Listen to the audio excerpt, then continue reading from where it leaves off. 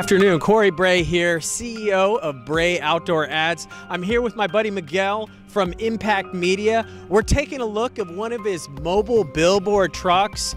It's daytime, night lit.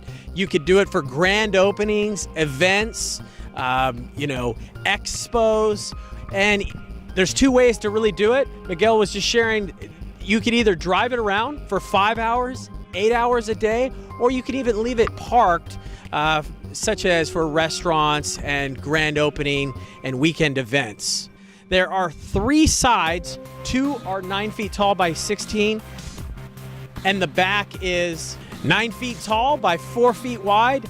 This mobile billboard truck will get your business noticed from all sides of traffic.